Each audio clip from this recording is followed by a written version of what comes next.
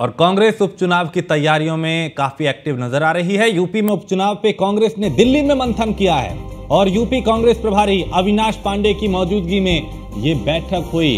कांग्रेस प्रदेश अध्यक्ष के साथ उत्तर प्रदेश के प्रभारी और सह प्रभारी मौजूद रहे और कांग्रेस प्रदेश यूनिट हाईकमान को मौजूदा हालात की जानकारी देगी। तैयारियां कैसी हैं, टारगेट क्या है, लक्ष्य क्या है। मंथन लगातार जारी है। कांग्रेस प्रदेश यूनिट हाईकमान को अपडेट करेगी, अवगत कराएगी। तो मौजूदा हालात से समाजवादी पार्टी के साथ सीटों के तालमेल को लेकर भी मंथन होगा। यूपी कांग्रेस ने उपचुनाव में 5 सीटों की मांग की है और केंद्रीय नेतृत्व के सामने ये मांग का प्रस्ताव रखा है। तो उपचुनाव को लेकर समाजवादी पार्टी के साथ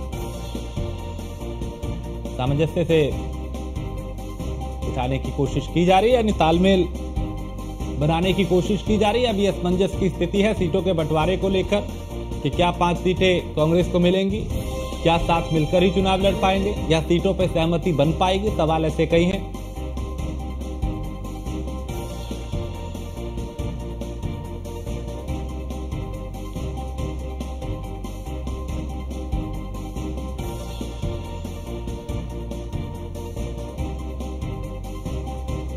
समाजवादी पार्टी के साथ सीटों के तालमेल को लेकर मंथन होगा।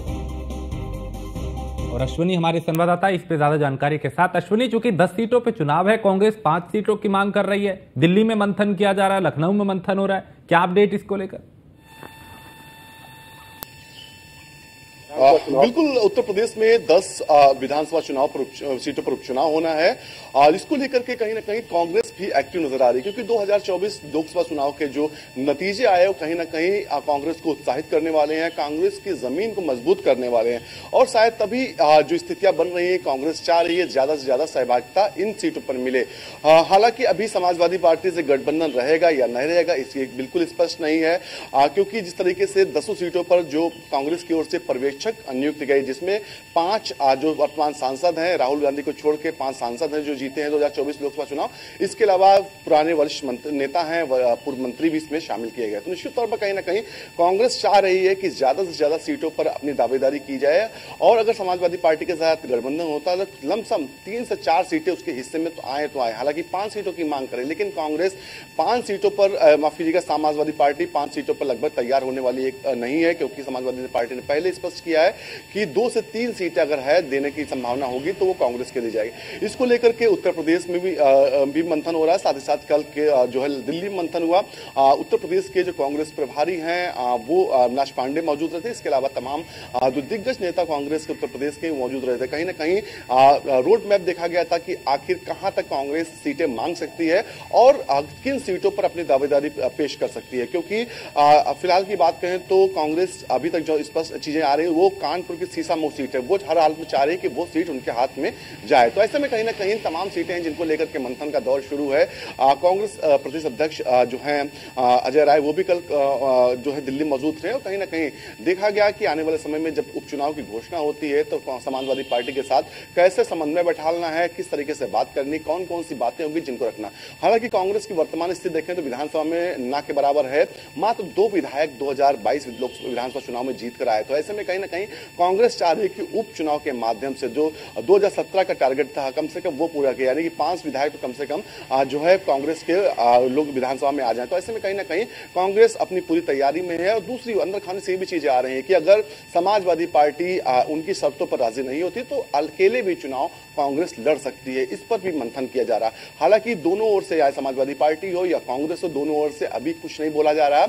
यही कहा जा रहा है कि उत्तर प्रदेश में गठबंधन चुनाव लड़ेगा, यानी कि समाजवादी पार्टी और कांग्रेस मिलकर चुनाव लड़ेगी। अब देखना होगा कि जब चुनाव की घोषणा होगी तब तक ये बातें बनी रहती हैं, क्योंकि अमूमन देखने में मिलता है जब जो पार्टियां होती हैं पहले तो गठबंधन से तमाम जो है बातें करती हैं। जब 2024 का लोकसभा चुनाव होना था उस दौरान भी देखा गया था कितनी पार्टियां जो थी वो इंडिया गठबंधन के साथ थी, लेकिन धीरे धीरे देखा गया किस तरीके से छिटक गई, चाहे नीतीश कुमार का अलग होना हो या फिर ममता बनर्जी इंडिया गठबंधन रहते हुए भी कोलकाता में, माफ कीजिएगा, पश्चिम बंगाल में उन्होंने कोई भी सीट शेयरिंग नहीं की। तो ऐसे में कहीं ना कहीं देखना होगा उत्तर प्रदेश की स्थिति उपचुनाव में क्या बनती है, क्या कांग्रेस जो सीटें चाह रही वो वाकई मिलेगी। हालांकि दिल्ली में तमाम चीजों के बिंदुओं पर चर्चा भी हुई है और वो कहीं ना कहीं अब जब आने वाले समय में समाजवादी पार्टी के नेतृत्व से बात होगी तो उन चीजों को भी रखा जाएगा। जी लेकिन अश्विनी, क्या कांग्रेस इस लोकसभा चुनाव में उत्तर प्रदेश में जो परिणाम आया उससे अति उत्साहित नजर आ रही है और इसलिए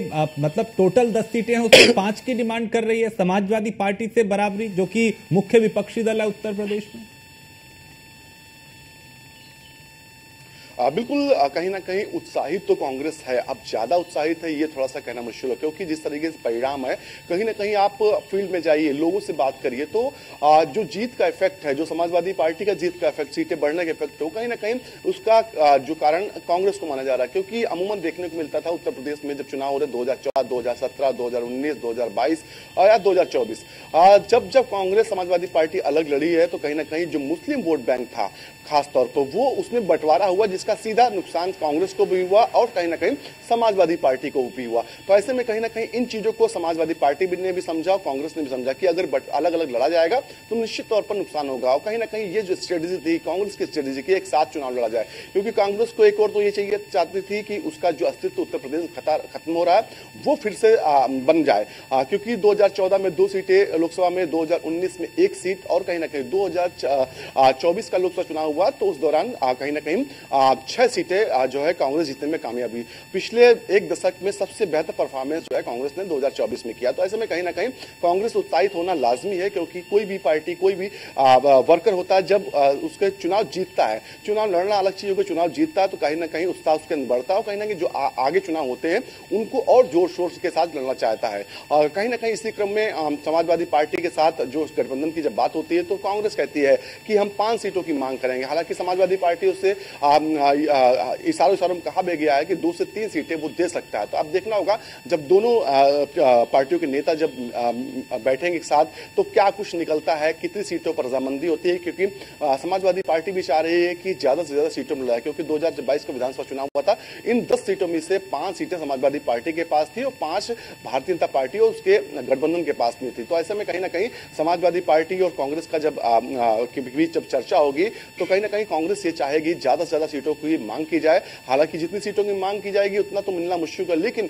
संभावनाएं हैं 2 से 3 सीटें कांग्रेस के खाते में जाएंगी। जी तो कहीं ऐसा तो नहीं कि कांग्रेस की ये जो 5 सीटों की मांग है कहीं गठबंधन पे भारी पड़ जाए और इसीलिए अखिलेश भी मायावती का समर्थन एक आध बार करते हुए नजर आए हैं, प्रेशर पॉलिटिक्स बनाने की कोशिश में कि भाई हमारे पास और भी विकल्प हैं? बिल्कुल, अगर बात करें जो उपचुनाव में बसपा भी इस बार उतरी है तो कहीं ना कहीं उपचुनाव त्रिकोणीय होना बिल्कुल तय हो चुका है, क्योंकि भारतीय जनता पार्टी जिस तरीके से तैयारी कर रही है 10 में से 10 सीटें जीतने की, जो बसपा है वो भी कहीं ना कहीं एक सीट पर जो सिमटी हुई है वो चाह रही है कि ज्यादा से ज्यादा सीटें जीत कर कहीं ना कहीं विधानसभा में अपना नेतृत्व जो है वो मजबूत किया जाए। अगर कांग्रेस और समाजवादी पार्टी की बात करें तो दोनों को बखूबी पता है अगर वो अलग होते हैं तो सीधा इसका फायदा भारतीय जनता पार्टी को मिलेगा। मुस्लिम वोट का जो बंटवारा होगा और जहां जितना बंटवारा होगा उतनी सीटें पर भारतीय जनता पार्टी मजबूती के साथ चुनाव लड़ पाएगी। तो ऐसे में कहीं ना कहीं समाजवादी पार्टी हो या फिर कांग्रेस, कोई भी नहीं चाहेगा कि अलग अलग चुनाव लड़ा जाए। हालांकि सीटों को लेकर के मंथन जरूर होगा, सीटों पर चर्चा होगी, सीटें जितनी मांगी जा रही उतना मिलना मुश्किल भी होगा, लेकिन सबके बावजूद भी कांग्रेस को बखूबी पता है कि अगर वो अकेले लड़ेगी तो उत्तर प्रदेश में फिलहाल की स्थिति उसकी मजबूत नहीं है। जी बहुत शुक्रिया अश्विनी इस तमाम जानकारी के लिए।